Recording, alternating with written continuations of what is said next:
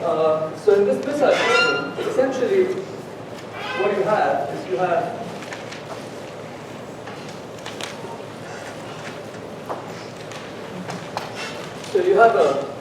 let's say a missile being launched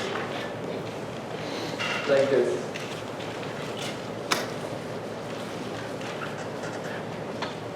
So you know an initial velocity. Let's say that's v0, and you know an angle, and the angle here. Sorry, Ren, I have to.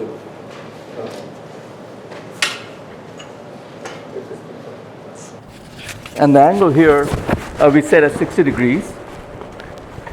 Okay, so this is 60 degrees, and let's say after a little bit of time we release a second missile, and the second missile has the same velocity as the first missile. So in this case, that's not the case in the homework problem, but in this case, both have the same velocity, but now it's launched at 45 degrees.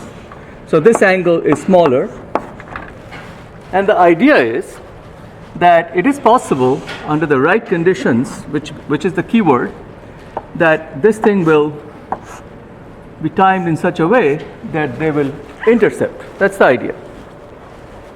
So of course, when things meet, we already know that the position and time must be common, because otherwise they won't meet. So this would be something like a y, and this would be the x, and of course time would be the same. So this one is released earlier, and this one is released a little later. And one can go on to ask a variety of questions at this point as to what exactly to find out, and so on and so forth. But I'll not get into those details, because that's a matter of dressing up the problem. What I want to show you is how you structure a problem like this. So let's throw out some numbers. So let's say the velocity v0 is 250 meters per second. I'm not going to be paying any attention to significant figures right now. I'm just doing calculations on the fly. It's not like I'm writing something up. Okay, so just be aware of that. Theta 1, as I said, the first projectile is sent at 60 degrees. So we can call this guy theta 1, and we call this guy theta 2. So theta 2 then is 45 degrees. We already know the acceleration due to gravity, so that's g. Let's say this guy, the first projectile, is sent at time t1, okay, and the second projectile, let's say, is sent at time t2, and clearly t1 is going to be the time flown for the first projectile is going to be more. So one can ask, for example, a question maybe, what is t1 minus t2? In other words, how much later is the second projectile being launched? So remember, the first thing I said is when two things meet, they must have the same position coordinate and the same time. So in this case, we therefore must set up an x equation, because x is the same for both, and a y equation, but the y also must be the same for both. So the strategy is as simple as it can be. You set up your x equation and your y equation for the two different guys, and you make sure that they are equal. So just follow me carefully. So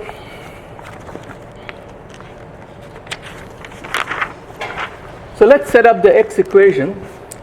Let me call the point where they meet, just to separate from regular x final, and the y where they meet, y final. So this is just to specify that this is a special point. So I can then write, for the first projectile, I can write that x final is equal to v0, but since both have the same v0, I'll call v0 1, just for the sake of clarity, cosine of theta 1,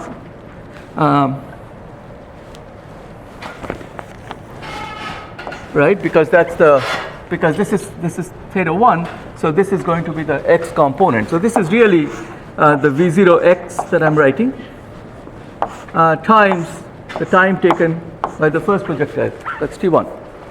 Guys, you are late. Don't be late in my class. 5 of you have come in late today.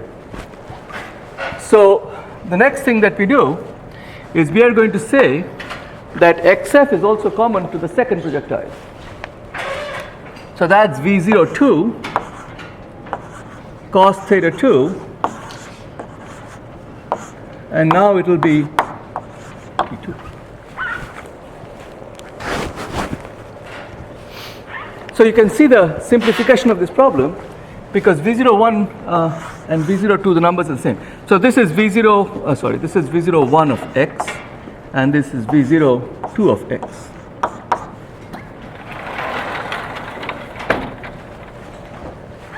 Okay. So one thing we can immediately do, just to simplify and make sure that we have a control on the problem before it gets too messy, is that we can, since xf is equal to this, equal to that, I can simply then write that V01 cos of theta 1. So cos of theta 1 here is cos of 60 degrees, and cos of 60 is same as sine of 30, is equal to half. So this thing times T1, right, is equal to V01 cos of 45 degrees. This is for the second projectile times T2. And in this case, since these two numbers are the same, I'm just going to cancel them. Okay?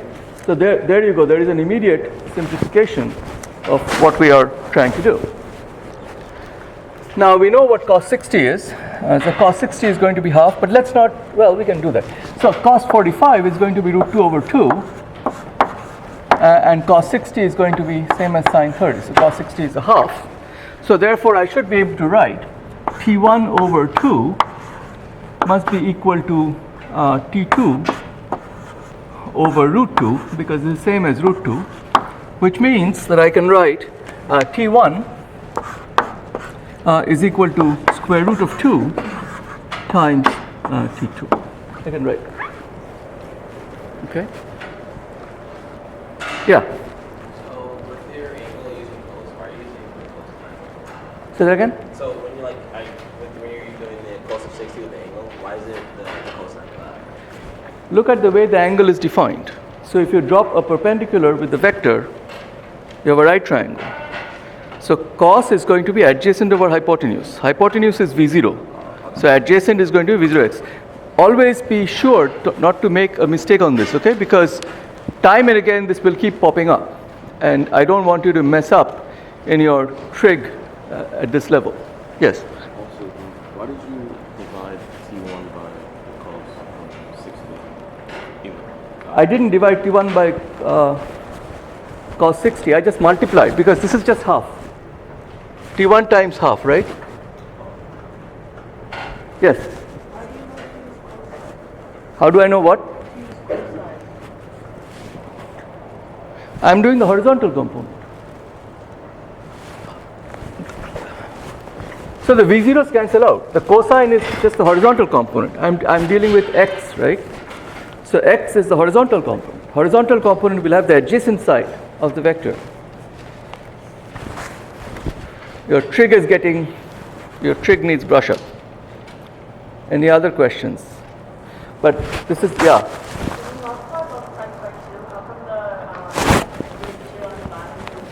Oh, I just took this 2 upstairs. So this is T1 equals 2 over root 2 times T2, which is root 2. Okay? You have a question, Charlene? Okay. All right. You are late. Huh? Ah, okay. All right. Anyway, so that's the horizontal component. Now we'll do the vertical component. So for the vertical component, let's go to the other board, because we'll need some space. So vertical component basically means we have a y final here on the left side, and we can certainly use the equation which involves x or y, and then v0t, and then half at squared plus half at squared. So in this case, I have y final is again v01, but this is vertical. If it's vertical, for the first guy, I'll have sine of 60. and there'll be T1 minus 1/2 G T1 squared. And for the second guy, again, YF is the same. So I have V01 because the velocities are the same, but now it's sine of 45 T2 minus 1/2 G T2 squared. So I can clearly equate these two. So I can write, so this is going to be 250 now, meters per second. Sine 60 is √3/2 T1 minus 1/2 G T1 squared must be equal to, again, 250 meters per second. Sine 45 is √2/2 T2 minus 1/2 G T2 squared.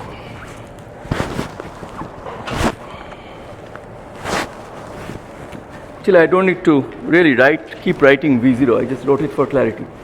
You guys are okay with it so far? So I've just taken the cosine part, which is the horizontal part, and the sine part, which is the vertical part. This is the vertical part. So at this point, you should realize that you already know a relationship between T1 and T2. Right? So I can get rid of one of them. I can get rid of T2, let's say. So T2 is going to be T1 over √2. This is going to be T1 over √2. And this is going to be T1 squared over 2. Because if I square T1 over √2, it's T1 squared over 2. So you can now go ahead and collect the terms and set it up. So for example here, this √2 will cancel that √2. Here there will be a half coming from this term, and T2 squared is half T1 squared. So the half and half will become 1/4. So you can make some observations very quickly as to how this is working out. So if I now collect the terms, because you see I have a quadratic equation now, right? I have an equation which is a quadratic equation. If I collect all the terms together, it becomes a very nice quadratic equation. So let's see if we can do that. So first thing I can do is I can do this 250 meters per second. I can also keep it as V0, it doesn't matter. I have this term √3/2 T1, and then I have another term from there minus 1/2 T1. So what I've done is I've taken this term and I've taken this term. I've taken this term on the right hand side to the left and collected and put them together. That's what I've done. These are things that you need to be doing now. So that's the reason why I'm showing you. So this problem turns out to be much simpler than the homework problem I gave you. So now what you can do is you can actually take this half on the other side. So then you will get, that will be a minus 1/4 G T1 squared. Remember, I've gotten rid of T2. And this will become plus 1/2 of G T1 squared, which means this becomes, so half minus 1/4 is basically 1/4 G T1 squared. Since T1 can't be 0, I can cancel one of these T1s and I can calculate T1. And if you do that, then you find that your T1 works out to approximately 37.3 seconds. And if you know T1, since you know the connection between T1 and T2, your T2 works out roughly, again, I didn't do it with a calculator, roughly 26.4 seconds. So that means the original goal to find T1 minus T2, that works out to approximately 10.1 second or so, or about 10 seconds. Okay? So I skipped a few steps in terms of actually doing this calculation, but if you do this, let's, yeah. Why did you cancel out your square root of the 4 times t1 squared? Here, I didn't cancel out. I just took half minus 1/4. Well, you had t1 squared, and then I have t1 squared here. Same thing. did you cross out the square root of it, or the Square root is, exponent of it, like the squared on the t1 on the bottom? that's only in the bottom. That's this step and that step. Not here. So I don't get confused. That's only in the bottom. If you leave it like this, then you can clearly see that you have t1 on both sides. And you can cancel one of the t1. Okay?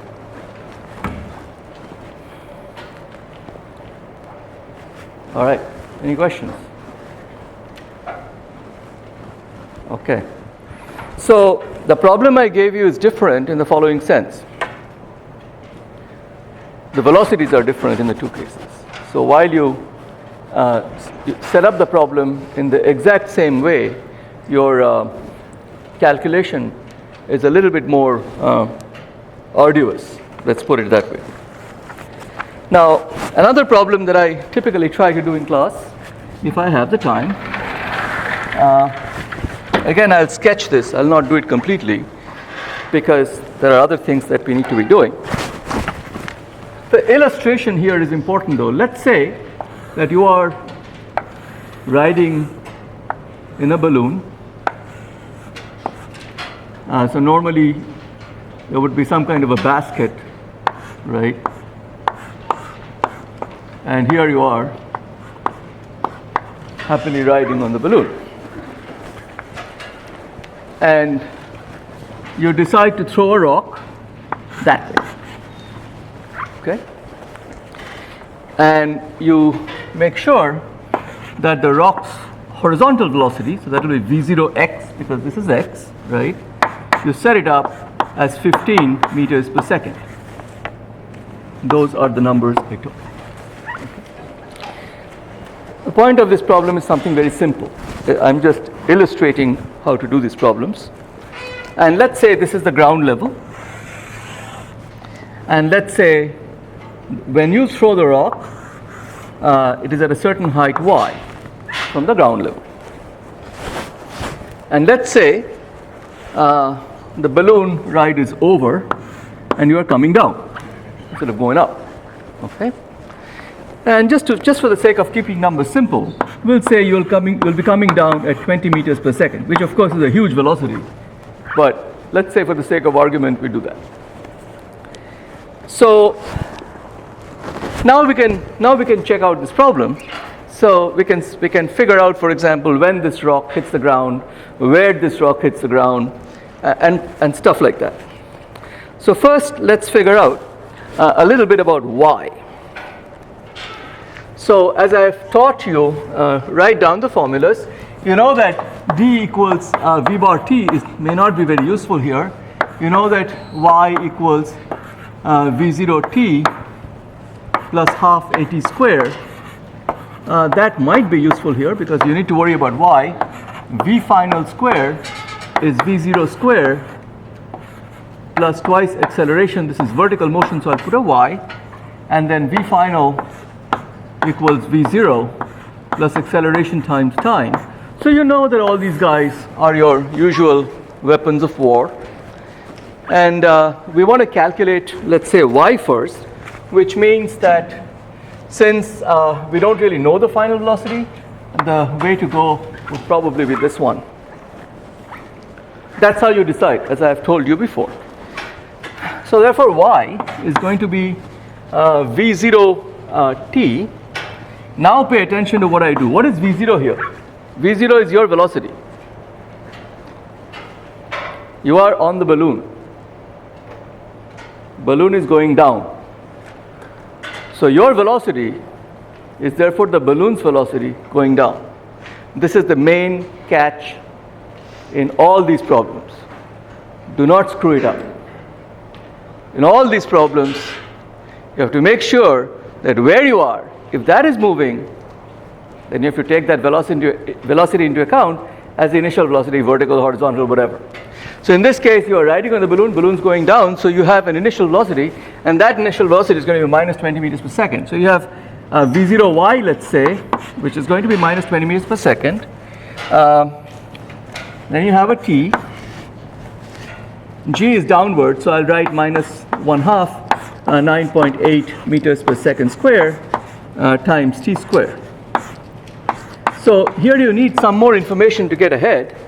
And let us say I give you the information that the ball that you threw or the rock that you threw took 4 seconds to hit the ground. So it's an additional piece of crumb that we have. So now you can easily see, you can put in minus 20 meters per second here. T is 4 seconds, right? So that gives you minus 80 meters. Minus because we are taking our 0 level to be here, okay? So downward is negative, just like we have done before. Half of 9.8 is 4.9. And square of 4 is 16. All right? So if you do this calculation, and if you cheat a little, the number will be approximately minus 160 meters, and more precisely, minus 158 meters.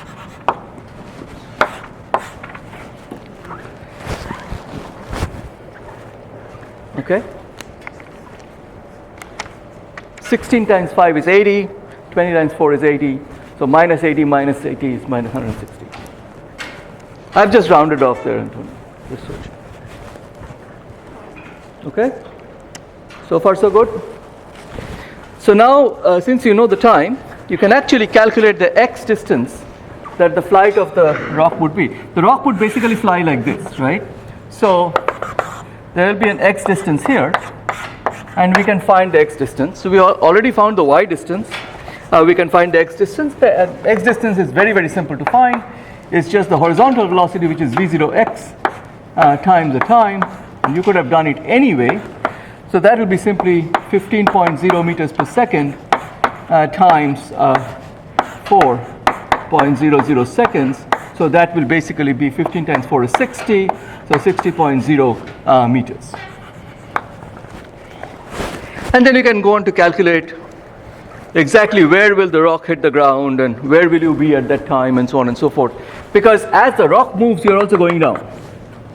So in this problem, you can put on another layer where you're studying, but you're going down uniformly. You're not falling. The balloon is going down uniformly. So you can, let's say, I ask you, what's going on 2 seconds later? Well, 2 seconds later, the horizontal velocity remains the same, but this one will come down to some other position here.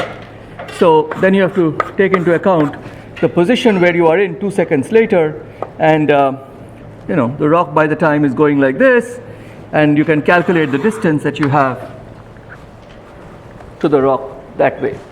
Then if you know this distance and how much you have come down, you can calculate that distance and say how far away the rock fell from you. So one can add various small pieces to this problem. The message I'm trying to give you guys is very simple. The message is, and so many of you ask questions by an email or in my office hours, which is a very good thing to do, although sometimes I get tired. The message is that when you see these problems, the first thing is to make sure that you set up the problem correctly. Okay? So your x equations, your y equations, whatever equations there are, you need to be very clear that your equations are set up as if that's the first thing that you got to do before anything else. Once you have your equations together and you know they're correct, then you can do a lot of different things. Then you can figure out what is the question asking, and you can work out, the next part of what numbers are needed or what expressions are needed accordingly. But the first thing that you should do when you do a problem is, as you read the problem, first of all, read it several times. Because the idea of giving you a problem is to create a problem. You're trying to solve this problem. So when you try to solve a problem, the first thing that you want to do is you want to assess the problem. So writing down the equations is really the way to assess the problem. You understand what's going on. There may be something weird about the problem. You kind of fish it out as you write the equation. So get into this habit. Don't be skimpy, don't be lazy when it comes to writing down the equations. That's the first thing that you need to master to be able to make sure that you don't screw this up. Okay? So a lot of times it's in the detail you may have a problem, and in exams we don't penalize so much for details where you may have a problem. For example, you might miss a number, make a careless mistake. You will lose very little points on that. But in the exams, I'm really exploring how you approach the problem, whether you're able to set it up and essentially do 95% of the work on the fly, right as you read it and set it up. And I can see that as when you write it.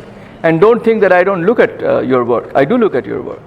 So I may not know the names of, well, I know the names of every one of you. I don't know the faces yet, but I do know your handwriting for the most part, and I know who's doing what. So I keep a track. I snoop around. Part of my job. All right. So now I'm going to shift gears. I'm going to shift gears and talk about something which is new for us, and that is the concept of force. Now, force is a very interesting concept, and the whole thing starts now in the following way. So, thus far, if you recall, we have discussed these kinematic. So these are our kinematic equations, right? We have discussed the kinematic equations, and all the statements made in the kinematic equations have something in common. It has several things in common, but some simplifying assumption in common. Can anyone hint at what the assumption is? One simplifying assumption is there in all of them, apart from the first one, but even there, still okay.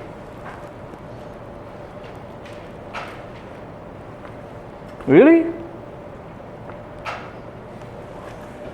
What? No. Yes. In all of them, the acceleration has been constant. So, why is that special? That was the simplification. Because acceleration was constant, we could actually construct these kinematic equations pretty much out of simple arguments, which is what we did, and do all these problems that we have been doing for the last month. But now what we'll do is when we start talking forces, we are going to take away the assumption that acceleration can be constant, because forces are all about acceleration. So that's what you're learning now. So in one sense, the reason why we learn forces now is because we are making the transition from the constant acceleration picture that we have weaved so far and played with to something which is a little bit more general. The acceleration can change as a function of time. Okay, so that's what we'll do. When accelerations change as a function of time, that's when forces are at play. So there's a bit of history that's very important, so I want to tell you that. In a very naive way, when we think of forces, we think about stuff like push, pull, etc., right? That's what a force is. And when we push something, pull something, the thing starts to move. Actually, if you examine it more closely, it starts to accelerate, and force and acceleration are related. Now, the person whose name is most commonly associated with forces, of course, is Newton. You should know that. In case you don't, it was Isaac Newton who really gave shape to the force laws, which has, enabled most of the things that we do every day. But there was an important guy before Isaac Newton who actually got pretty much all of it. Does anyone know who that is? Galileo. That's right. Very good. So Galileo Galilei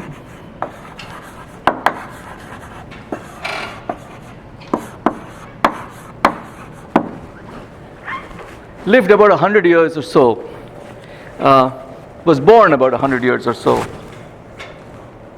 before Newton, or close to that. I think Galileo died and Newton was born in the same year or something like that, roughly speaking. So, did you just come in? No? You just disappeared with your jacket on?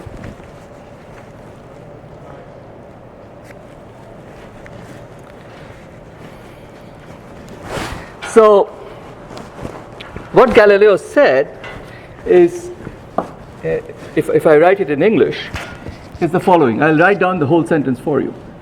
And it sounds remarkably simple and almost stupid, but it's one of the most profound statements that we know in physics and in the sciences itself. It's that important. So he said that a body at rest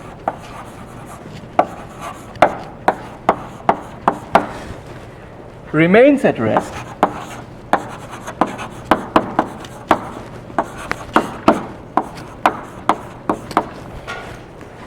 and a body in motion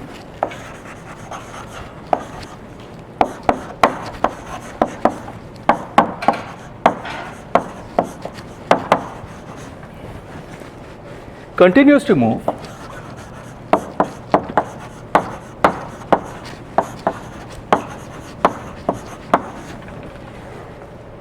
at a constant velocity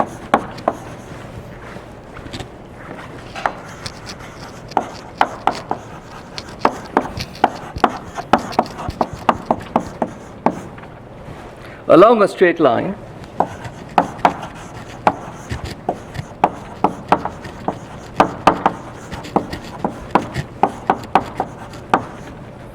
unless acted upon by an external force, thereby defining what force is.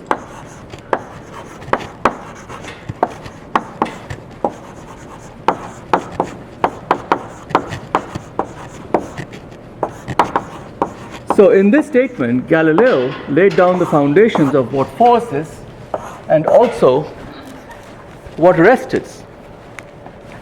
So let me just spend a few minutes discussing this. So a body at rest remains at rest, and a body in motion continues to move at a constant velocity along a straight line, not any other line, unless acted upon by an external force. Has anybody ever seen this happen? Yeah. You have? Okay, let's talk about it. Why do you think you have?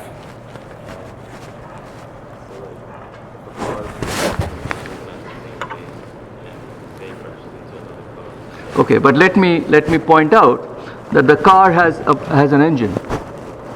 So the car is not moving free, you are paying for it. So you are paying for the energy to move the car. The road is resisting the motions, the road has friction. You are not sliding on it. You are probably using good tires too. And that rubbery tire sticks to the road. A lot of friction there. All of these are forces. So yes, at the end of the day, you may be moving at fixed velocity, but there are a bunch of forces acting on it. Anybody else who is a brave heart here? Yes.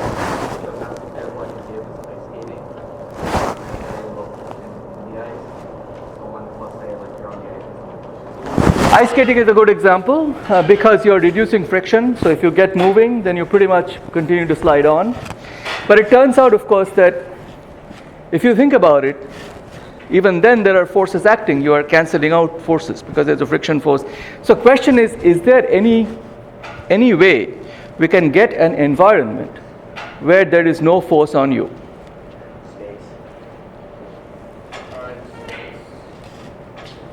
But you have Earth near you, presumably. You have Moon near you. You have Sun near you. You are being pulled in. Actually, you won't be able to stand. You won't be able to hang out in space without getting literally pulled by somebody. Yes? Huh? No, but gravity can act through vacuum, right? Huh? Somebody had some thought. Okay. So the sad news is there is probably no place in the entire universe where there is no force. So suppose I'm just standing here and there is no effective force on me because I am not accelerating. I am not going down. The ground is supporting me. So I am at rest. So you can say, well, you're at rest. So that would be a pretty effective example of, unless I push you or something, or you want to walk, you'll be standing there at rest forever until you die. So yeah, so that's a pretty good example. Well, there is a problem with that logic, because if you think about it, this is Buffalo. Buffalo is a city in New York. New York is in the US. US is on the earth. And the earth is not standing still, my friend. The earth is rotating. So I actually have an acceleration, and so do each and every one of you, just by virtue of being where we are, even if we are sitting. So the argument is that even then there are forces acting on you. So there is almost no place in the universe that one can imagine where there is no effective force acting on you at all. So in other words, can one actually check this law, Galileo's statement, which also is known as Newton's first law, because Newton's statement is almost identical? The answer is no, we cannot check it, because there is nowhere in the universe we can go to where there is no effective force, so we can actually make an experimental measurement of this. However, we can come very close to it, and these experiments are not simple, but we can come very close to it, and when you do, then you begin to see that most likely these are correct. All right. So, but there are some issues here.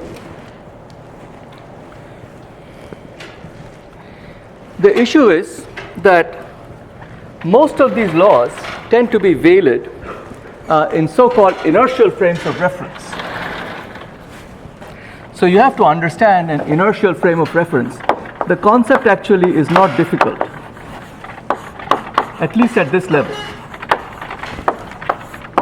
Although it may be a mouthful of a name, an inertial frame of reference is a very, very... Guys!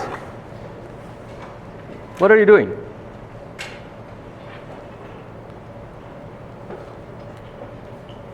I think I have to not give quizzes to some of you guys now, because somehow normal words are not penetrating through your brain or something. So yes, I mean, maybe both of you shouldn't take the quiz today. Maybe that will be a learning lesson and you won't do this ever again. It's annoying. It's annoying to me, it's annoying to others also, I'm sure. Don't do this. You don't have to come here. So, at any rate, what is an inertial frame of reference? Let me draw a coordinate frame like this. So in a coordinate frame like this, I'll always put x nearest to me, and y in this direction, and z in this direction. So this is called the right-handed coordinate system. Now, the reason why I said this is because while you might want to draw a coordinate system where you put y here, x here, and z here, and in many ways you wouldn't notice an error. But it turns out that natural laws are not completely valid here. So a left-handed coordinate system actually is not what nature likes, if you think about it. So this is the coordinate system. So suppose this is some local frame. By a local frame, technically what I mean is that let's say this coordinate system is physically attached to me. You put 3 bars on me and I am the coordinate system and I am not moving. So this is me, for example, and my velocity is 0, and I am attached to this coordinate frame, and my velocity, the coordinate frame is not moving, velocity is 0. So what that means then is, suppose a car is going by, moving at velocity some v car, I will be able to measure the velocity of the car when I am standing still, and I can give you a number. I can say it's moving at 40 miles an hour.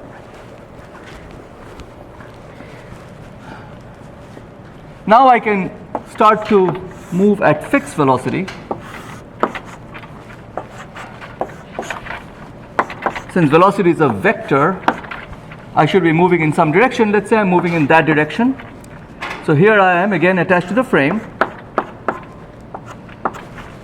and I'm moving in that direction. And let's say I'm moving with some velocity v0, fixed, constant velocity. Okay? Again, I see the same car going at the same velocity, vc. I actually can still measure the velocity of this car very well, because I know that I'm moving at fixed velocity. And moving at fixed velocity basically means that I will measure a velocity which is less than this velocity in this case, because I'm moving in the same direction, but I know how to arrive at the same number as the velocity I measured from a rest frame by subtracting off my velocity. Both of these frames, the frame that has v equal to 0, or v0 equal to 0, and the frame which is v0 equal to constant, let's say constant, these are examples of inertial frames of reference.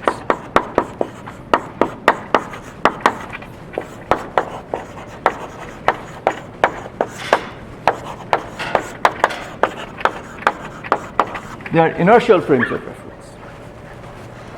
Just a name, nothing special, but it's important here for the following reason.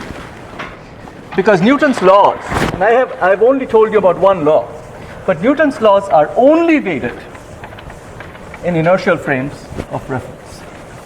Newton's laws actually turn out to not be quite valid in non-inertial frames of reference. And you will encounter lots of non-inertial frames of reference. So what is a non-inertial frame of reference? A non-inertial frame of reference can be quite simple. It can be something as simple as your x, y, and z axis. And here you are. But now it is, let's say, having a constant acceleration. The moment it has a constant acceleration, that means its velocity can no longer be constant. And that immediately generates for you a non-inertial frame of reference. So we'll have to be very careful, is the right word. We will encounter non-inertial frames of reference, but we'll have to be very careful. So I'll just say a not equal to 0, meaning that there is a finite acceleration. That how we apply Newton's laws when we take these non-inertial frames of reference. So let me now take you immediately to one non-inertial situation, and I will do a very brief lowdown on what I'll call uniform circular motion. So we'll spend a great deal of time on circular motion, rotational dynamics, and so on. But this is our very first brush with the concept of uniform circular motion. Just as the name says, it basically means something, let's say a particle, for simplicity, is moving around in a circular trajectory. Whichever direction it moves around, anti-clockwise or clockwise, is immaterial. But it's moving around along this trajectory, and it has fixed speed. So in other words, if it had a velocity v, it's only the magnitude of the velocity that will be fixed here. Because think about it. The velocity, let's say at some point a, let's give this point a name, a, is a tangent to the curve. So the velocity is that way. Okay? But now you see, by the time I get to point B out here, the velocity is going to be moving in that direction. So even if the magnitude of the velocity remains the same, the direction of the velocity is continuously changing as I'm going around in a circle. What does it mean? If velocity is changing, there's got to be acceleration. And if there is acceleration, there's got to be force. So therefore, in this case, things look very benign. Even the clock is uniformly going around doing circular motion. But believe it or not, your hour and minute and second hands actually have acceleration because their velocity is changing. Where is the direction of acceleration? Do you guys know? Why is it towards the center? So acceleration is towards the center. So let's see if we can intuitively understand why this acceleration should be towards the center. So the velocity is this way, right? Out here at B. So by the time I go to C, let's say velocity is that way. When I go to point D here, the velocity is this way. So if you think about it, this arrow is continuously being pulled inward. So therefore, it turns out, we can work it out in detail, but it turns out that the acceleration that this particle will face will always be inward. I'll put in an acceleration thing here, because this arrow, if you will, is continuously being pulled inward. Now, this is counterintuitive because we think about acceleration always, moving forward or slowing down, backward acceleration and so on. But in circular motion, it turns out acceleration is inward. This is constant. The magnitude of the velocity right now is constant, and that is precisely the reason why we call it uniform acceleration. So for now, we will restrict ourselves to cases of uniform acceleration. All right, so a couple of important things to get our house in order. The time taken to make a round trip is called a period, always denoted by big T. Period is defined to be time taken for a round trip.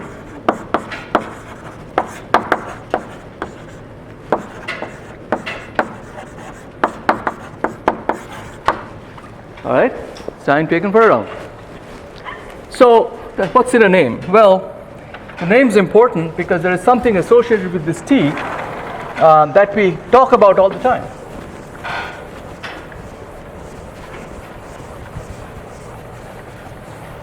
There is something called frequency, and it turns out frequency, you can denote it in many ways, but let's for simplicity denote frequency by F, let's say for now, and F is defined to be 1 over T. Okay, so how many complete periods are done in 1 second? So if your phone is at some whatever hertz, gigahertz, whatever, I don't know, that means the electromagnetic oscillations involved effectively makes that many cycles per second. So obviously it has a fair amount of high frequency involved, and how high frequency fries our brain is a real issue. No matter what phone companies tell you, and I own phone company stocks, I can tell you that, but they're basically unable to really assess so far what it does to our body. It does damage to our body. Obviously, it has to. How can it not? So anyway, so there is another important thing that I want to talk about, and that is angular frequency. So these names are important because these names you got to learn and know. I will be asking you about these names in quizzes and so on. So angular frequency is usually written as omega. It's not a W, it's a Greek omega. And this is how many radians are covered per second.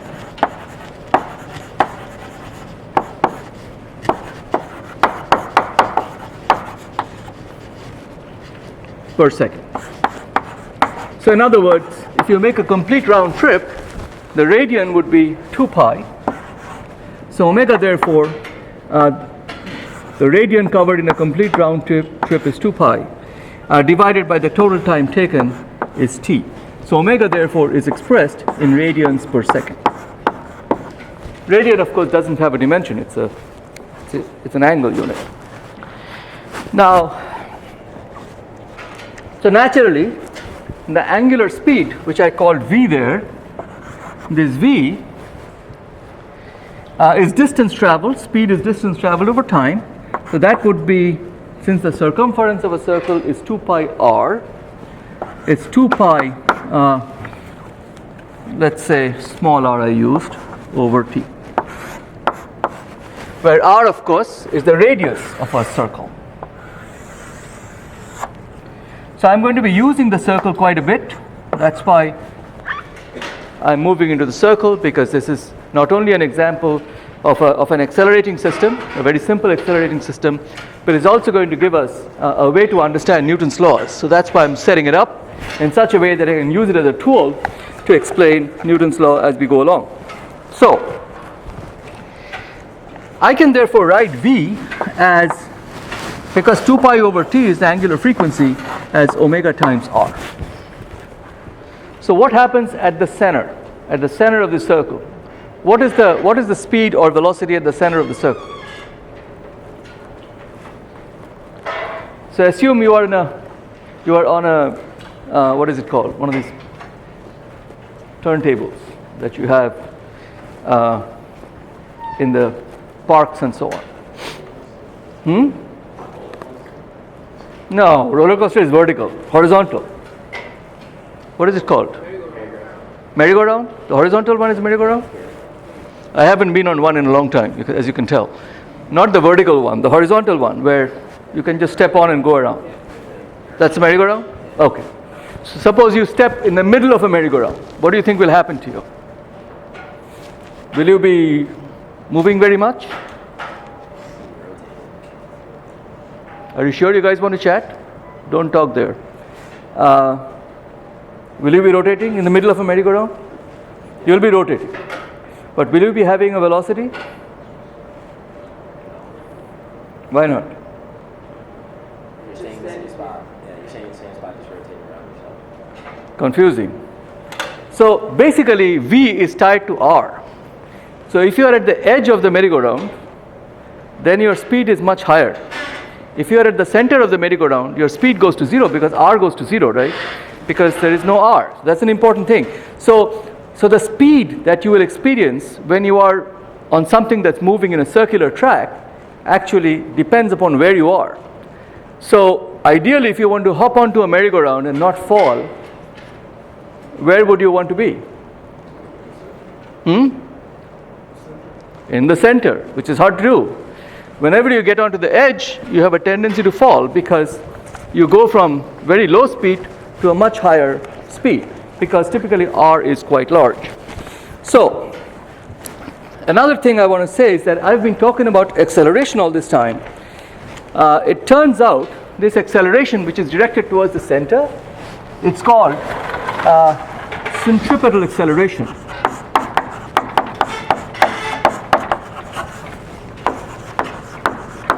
Normally I would write it with a sub c.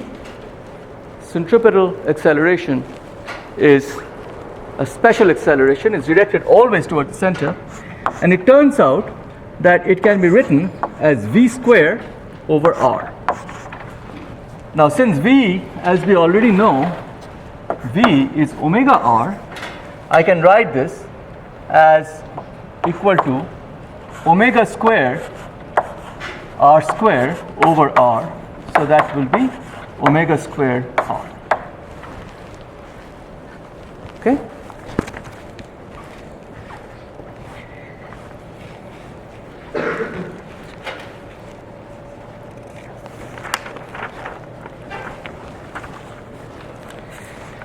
One can experience pretty large centripetal accelerations at the edge of a merry-go-round, for example, or if you put a tiny insect, not a nice thing to do to the insect, but if you put an insect at the edge of a rotating wheel, that insect will go stir crazy, if not perhaps even die, because the acceleration the insect will experience, even if the wheel is rotating at a modest speed, will be very, very large. Now, what kind of accelerations can our body handle well? Up to what? Huh? So up to a few G's. So 10 meters per second, yeah. The what at the center? The velocity at the center will be 0. Or let's say speed, because r is going to go to 0, right? Only at the edge you will have, or at the middle you will have, but as you go to the center, yeah. So that's how it's defined, right? So that we have to respect the definition of it. Now, we can't handle very large accelerations. Our bodies are designed typically for g and maybe a little bit more than g. Couple of g's, if you are for very short times, are okay for our bodies, our brains, and our hearts go haywire once g creeps up a little bit. So NASA, for example, has this plane, I think it's called KC-160 or something, that does this up and down flights in one flight, and they are designed to simulate very large accelerations, and also effectively when it's coming down, 0 acceleration. So many of the experiments that are done, which are for very low gravity, which are on Earth, are actually done on this KC-130 plane. I have never flown on it because I'm not very fond of changing accelerations myself. But several of my colleagues have flown on it, not here, my colleagues elsewhere. And it's almost addictive, just like speed is addictive. It does something to our brain. So they keep on going back and doing that. So anyway, the reason why I'm saying that is because I want you to have a handle on what kind of acceleration numbers you should have some intuition about as you do your work. Because if you come up with a very large G for acceleration, be wary of it, because that typically can be quite difficult for us to handle. Now, I will have to do some little bit of stuff with you guys on non-inertial frames, but let me finish by making the point that in Newton's first law we learned that if there is no velocity, if there is uniform velocity or no motion, which is velocity equal to 0, we'll basically have no effective force on us, or no force on us. So Newton's second law builds on this statement, and Newton's second law tells us that the force that you will experience is proportional to the acceleration. So in other words, we have talked about balls falling and rocks falling and so on. In all these cases, what we haven't mentioned is that they all have been experiencing forces, because there has been acceleration due to gravity, and that force is the gravitational force that the Earth exerts on us, in this case on the rock or whatever. So Newton's law, essentially second law, which is what we'll extensively use next, is the force F is mass times acceleration. The proportionality constant is the mass. That's literally how many atoms we are made out of. So F equal to ma is the next stage, and after that we'll discuss Newton's third law, which is the trickiest of things. It's sort of a strange law because it historically was born out of something that we'll do later, which is momentum conservation, but you have to know how to work with it, and that's a skill, and that's a skill that I'll have you develop this week, okay? So you might want to go over material on Newton's third law in the textbook, along with Newton's second law, just to stay ahead. Or you can look at my old lectures, last year's lectures. It'll serve you well, because the stuff we are notching up from here to here right now, okay, in the difficulty level. And then after the force part, when we go to rotational dynamics, we'll be notching up to that level.